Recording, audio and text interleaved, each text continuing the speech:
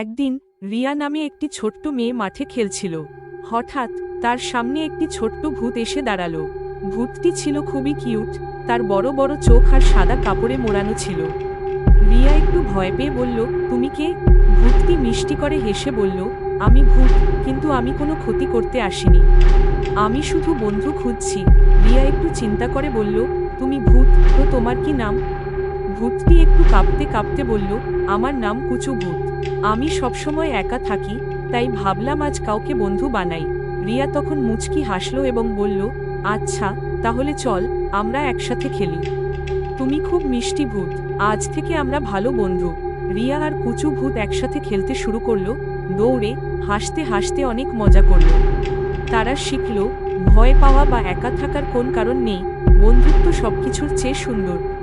এটা আমাদের শেখায়, বন্ধুত্ব সবসময় অদ্ভুত বা অস্বাভাবিক কিছুতে গড়ে ওঠে। এমন আরও ভিডিও পেতে হলে লাইক, শেয়ার এবং সাবস্ক্রাইব করো।